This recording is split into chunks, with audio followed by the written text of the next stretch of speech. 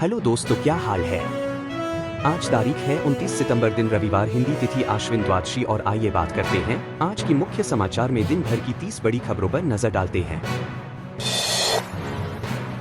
UP में भारी बारिश और तेज हवाओं से तापमान गिरा, अगले 2 दिन ऐसा ही रहेगा मौसम। उत्तर प्रदेश में पिछले 2 दिनों से मानसून छाया हुआ है। पूर्वी और तराई क्षेत्रों समेत प्रदेश के अधिकांश हिस्सों में भारी बारिश का सिलसिला जारी है। कहीं कहीं अत्यधिक भारी बारिश और खेतों में जलभराव से धान, अरहर, मूंगफली और हरी सब्जियां उगाने वाले किसानों के माथे पर अब चिंता की रेखाएं हैं। उन्हें इस मूसलाधार बारिश और तेज हवाओं से फसल के खराब होने और नुकसान का डर सता रहा है। शनिवार को यूपी के तराई क्षेत्र के महराजगंज, बस्ती, गोरखपुर, सिद्धार्थनगर, बलरामपुर व आसपास के इलाकों में गरज चमक के साथ जमकर बरसात हुई। शारदीय नवरात्र के पहले दिन सीएम करेंगे मिशन शक्ति के 5वें चरण का शुभारंभ, तैयारियां पूरी। मुख्यमंत्री योगी आदित्यनाथ आगामी 3 अक्टूबर को शारदीय नवरात्र के पहले दिन मिशन शक्ति अभियान के 5वें चरण का शुभारंभ करेंगे। मुख्य सचिव मनोज कुमार सिंह ने शुक्रवार को इस बाबत पुलिस और संबंधित विभागों के अधिकारियों के साथ बैठक में आवश्यक दिशा निर्देश दिए और सभी तैयारियां समय से पूरी करने को कहा। मुख्य सचिव ने कहा कि सभी जिलों को राजधानी में आयोजित मुख्य कार्यक्रम में ऑनलाइन लिंक के माध्यम से जोड़ा जाए। राजधानी समेत सभी जिलों में महिला सशक्तिकरण रैली का आयोजन हो। यूपी के कई जिलों में भारी बारिश, सीएम योगी ने दिए निर्देश, तत्परता से राहत कार्य संचालित करें अधिकारी। मुख्यमंत्री योगी आदित्यनाथ ने प्रदेश के कई जिलों में भारी बारिश से हुए नुकसान को देखते हुए संबंधित जनपदों के अधिकारियों को पूरी तत्परता से राहत कार्य संचालित करने के निर्देश दिए हैं। उन्होंने कहा कि अधिकारी क्षेत्र का भ्रमण कर राहत कार्य पर नजर रखें और प्रभावित लोगों को मदद प्रदान करें। उन्होंने आपदा से हुई जनहानि से प्रभावित परिवारों को अनुमन्य राहत राशि अविलंब प्रदान किए जाने के निर्देश दिए हैं।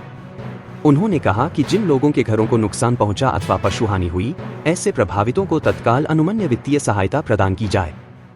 सपा के मजबूत होने का मतलब माफिया का मजबूत होना है, मिर्जापुर में डिप्टी सीएम केशव प्रसाद मौर्य ने कही ये बात। प्रदेश के उप मुख्यमंत्री केशव प्रसाद मौर्य ने कहा कि केंद्र और प्रदेश सरकार महिला सशक्तिकरण की दिशा में लगातार काम कर रही है। पूरे देश में 3 करोड़ व प्रदेश में 30 लाख महिलाओं को लखपति दीदी बनाने का लक्ष्य रखा गया है। वह शुक्रवार को मझवा विधानसभा क्षेत्र के पैड़ापुर स्थित एक इंटर कॉलेज परिसर में लगी चौपाल व अमृतकाल में सहभागिता कार्यक्रम में लोगों को संबोधित कर रहे थे। इसके साथ ही उन्होंने विभिन्न योजनाओं के लाभार्थियों को योजना का लाभ भी दिया। खुलेआम सिगरेट का धुआं उड़ाने पर लगा इतना जुर्माना, आगरा में सख्त हुए नियम, 12 दुकानदारों का भी चालान। आगरा के हरि पर्वत क्षेत्र में खोखे वाले से सिगरेट मांगी, स्टाइल से इसे जलाया और धुआं के गुच्छे छोड़ने लगे। टीम पहुंची और 200 रुपए का चालान काट उन्हें थमा दिया। रौब झाड़ते हुए बोला, ये कैसा चालान। टीम ने बताया कि सार्वजनिक स्थानों पर सिगरेट पीना अपराध है। आनाकानी करने लगे तो पुलिस ने सख्ती कर जुर्माना वसूला। दुकानदार का खुली सिगरेट बेचने पर भी चालान किया गया। नोडल प्रभारी डॉक्टर सुरेंद्र मोहन प्रजापति ने बताया कि डीएम के निर्देश पर राष्ट्रीय तंबाकू नियंत्रण कार्यक्रम की टीम 2 महीने तक विशेष अभियान चलाएगी। वाराणसी सहित कई जिलों में बारिश का येलो अलर्ट, अधिकतम तापमान पहुंचा 29 डिग्री सेल्सियस। मानसून अपने अंतिम दिनों में काशी पर मेहरबान हो गया है। वाराणसी में शनिवार की सुबह से मौसम सुहाना बना हुआ है। शुक्रवार को भी दिन भर रिमझिम बारिश हुई। सुबह से शाम तक 1 मिलीमीटर बरसात हुई। साथ ही हवा 15 किलोमीटर प्रति घंटे की स्पीड से बही। वहीं अधिकतम तापमान सिर्फ 29.3 डिग्री सेल्सियस तक गया। ये औसत से 4 डिग्री कम था। शनिवार को वाराणसी सहित आसपास के जिलों में येलो अलर्ट घोषित किया गया है।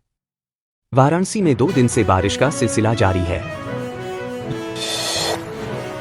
यमुना एक्सप्रेसवे पर सस्ते दामों में जमीन दिलाने का लालच, फर्जी कागजात और ऐसे हड़पे करोड़ों रुपए। मथुरा के कोसीकला में दिल्ली पुलिस ने करोड़ों रुपए का फर्जीवाड़ा करने के आरोप में शाहपुर रोड निवासी एक गांव के युवक को कोसी से पकड़ा है। आरोपी है कि इस युवक ने फर्जी दस्तावेज तैयार किए और यमुना एक्सप्रेसवे पर सस्ते दामों में भूखंड दिलाने के नाम पर 3,70,2,000 रुपए का फर्जीवाड़ा किया। पूरे प्रकरण की रिपोर्ट गुजरात के कारोबारी ने दिल्ली में दर्ज कराई है। शिकायतकर्ता सचिन साहा गुजरात के रहने वाले हैं, जो दिल्ली में कारोबार करते हैं। जौनपुर में मौसम का कहर, आकाशीय बिजली गिरने से सो रही महिला की मौत, बेटा अस्पताल में लड़ रहा जिंदगी की जंग। जौनपुर जिले के महराजगंज थाना क्षेत्र के सवंसा गांव में आकाशीय बिजली गिरने से एक महिला की मौत हो गई और उसका पुत्र घायल हो गया। मृतका का शव पोस्टमार्टम के लिए थाने पर लाया गया और घायल पुत्र को जिला अस्पताल में भर्ती कराया गया। सवसा गांव के अशोक सरोज की पत्नी गीता सरोज कच्ची दीवार से बने छप्पर के घर में सो रही थी। वहीं बगल में उसका बेटा भी दूसरी चारपाई पर सो रहा था। बिजली व्यवस्था सुधार के लिए केंद्र सरकार ने कानपुर को दिए 764 करोड़ रुपए, बनेंगे नए सब स्टेशन। बिजली व्यवस्था में सुधार के लिए केंद्र सरकार की ओर से 764 करोड़ रुपए का बजट मंजूर हो गया है। इसमें राज्य सरकार की ओर से भी राशि दी जाएगी।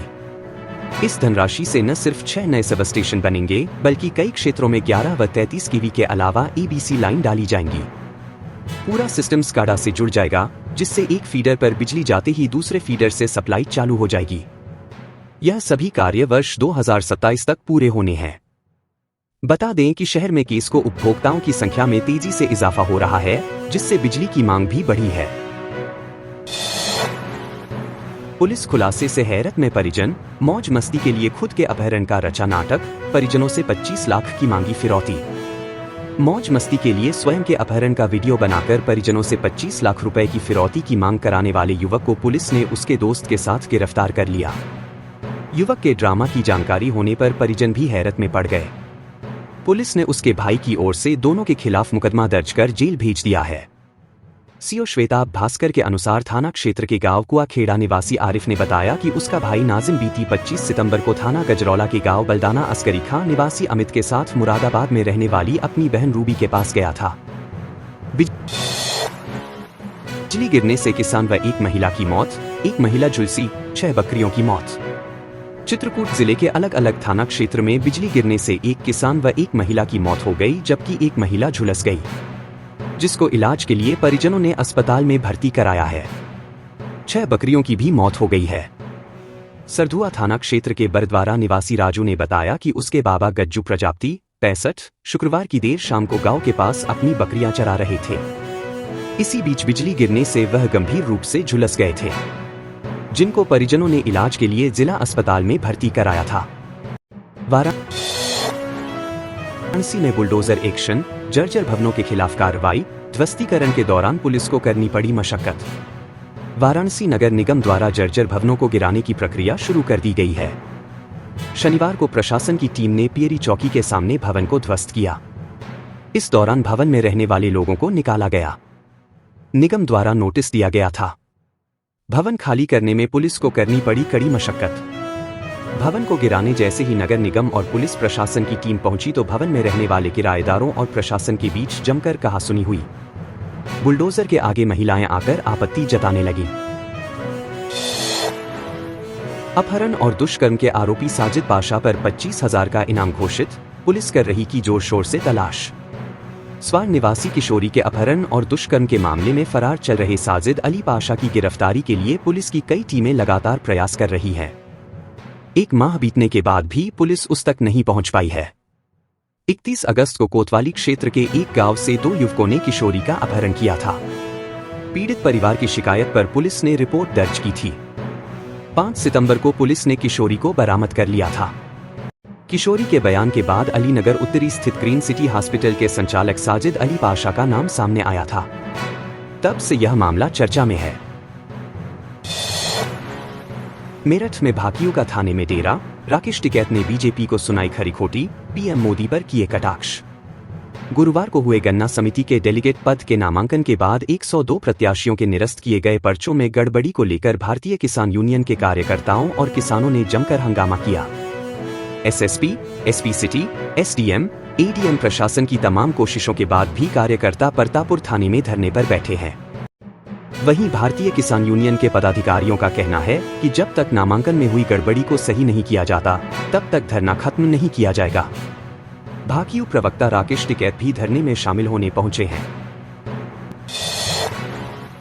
डिवाइडर से टकराकर पलट गई क्रिकेटर मुशीर की फॉर्च्यूनर कार, बाल बाल बचे, देखे भीषण हादसे की तस्वीरें।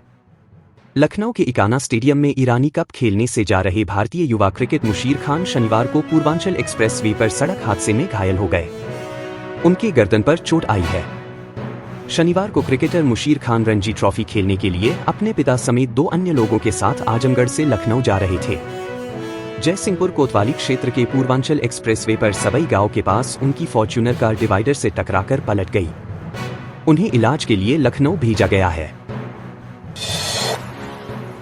विश्व रेबीज दिवस। कुत्ता बंदर काटे तो 28 दिन में वैक्सीन की 4 डोज जरूरी, तभी पूरी तरह खत्म होगा वायरस। कुत्ते और बंदर हमारे डर को भांप लेते हैं।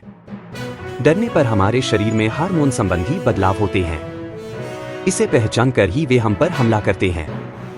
अगर हम बगैर प्रतिक्रिया दिए या आक्रामक प्रवृत्ति प्रदर्शित करते हुए चलते रहें तो वे हमें नुकसान नहीं पहुंचाते। कुत्ता बंदर के काटने पर एंटी रैबीज वैक्सीन न लगे तो व्यक्ति के रैबीज की चपेट में आने की आशंका रहती है। भारतीय पशु चिकित्सा अनुसंधान संस्थान के प्रधान वैज्ञानिक डॉ. अभिजीत पावड़े ने ये बातें कही। यूपी बाल संरक्षण आयोग अध्यक्ष ने किया कारागार व स्कूलों का निरीक्षण, ये दिए सख्त निर्देश। उत्तर प्रदेश बाल संरक्षण आयोग के अध्यक्ष डॉक्टर देवेंद्र शर्मा ने 27 सितंबर को तालसपुर कला स्थित आंगनबाड़ी केंद्र, प्राथमिक विद्यालय, मलखान सिंह जिला चिकित्सालय, जिला कारागार व अटल आवासीय विद्यालय का निरीक्षण किया। इस दौरान उन्होंने विद्यालयों के आसपास बीड़ी, गुटखा व तंबाकू उत्पाद नहीं बेचने की हिदायत दी। उन्होंने कहा कि विद्यालयों में नशे से जुड़ी सामग्री पूरी तरह से प्रतिबंधित की गई है। हुक्का बार का संचालन बंद कराया गया है। विद्यालयों में प्रहरी क्लब का गठन कराया गया है।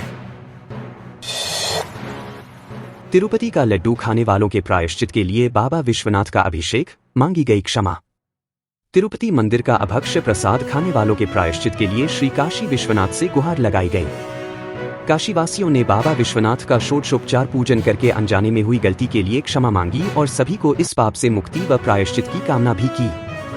शुक्रवार को श्री काशी विश्वनाथ मंदिर न्यास और काशीवासियों के सहयोग से बाबा विश्वनाथ का ज्ञानवापी के कूप के जल से अभिषेक कर विधि विधान से राजसी पूजन हुआ। मंदिर के अर्चक संजय पांडे ने सभी अनुष्ठान पूर्ण कराए। बाबा विश्वनाथ को 9 किलो रबड़ी, 3 किलो मलाई पूरी और 2 किलो मलाई अर्पित की गई।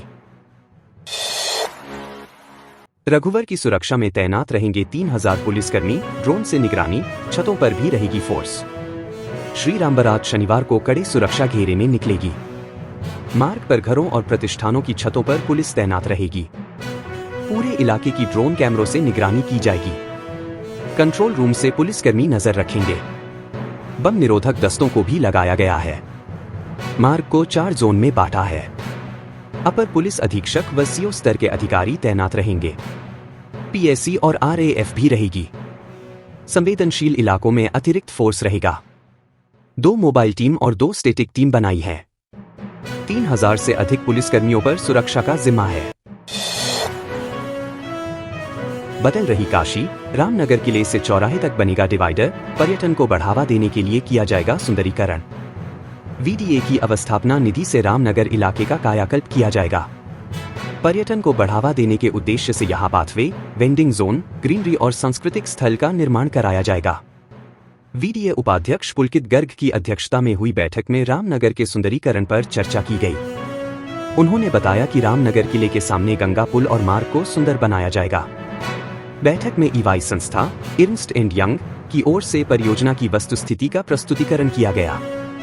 इसमें रामनगर किले के सामने गंगा ब्रिज के साथ साथ मार्ग के चौड़ीकरण और सौंदर्यीकरण का प्रस्ताव रखा गया। नगर पंचायत चेयरमैन सहित 9 के खिलाफ एफआईआर, निर्माण कार्य की गुणवत्ता के विरोध पर पिटाई का आरोप।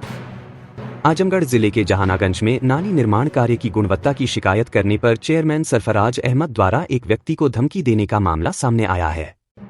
इस मामले में पुलिस ने पीड़ित की तहरीर पर 9 लोगों के खिलाफ नामजद मुकदमा दर्ज किया है। पुलिस को दी तहरीर में कस्बा निवासी शाह फैसल ने आरोप लगाया था कि 25 सितंबर को नाली निर्माण में गुणवत्ता की शिकायत उनके द्वारा की गई थी। उन्होंने देखा कि नाली के गंदे पानी से निर्माण किया जा रहा था, जिससे निर्माण की गुणवत्ता खराब हो रही थी। दोस्तों, अगर आप वीडियो पसंद करते हैं तो वीडियो को लाइक करें और चैनल को सब्सक्राइब करें और आप अपने जिले का नाम कमेंट बॉक्स में जरूर लिखें।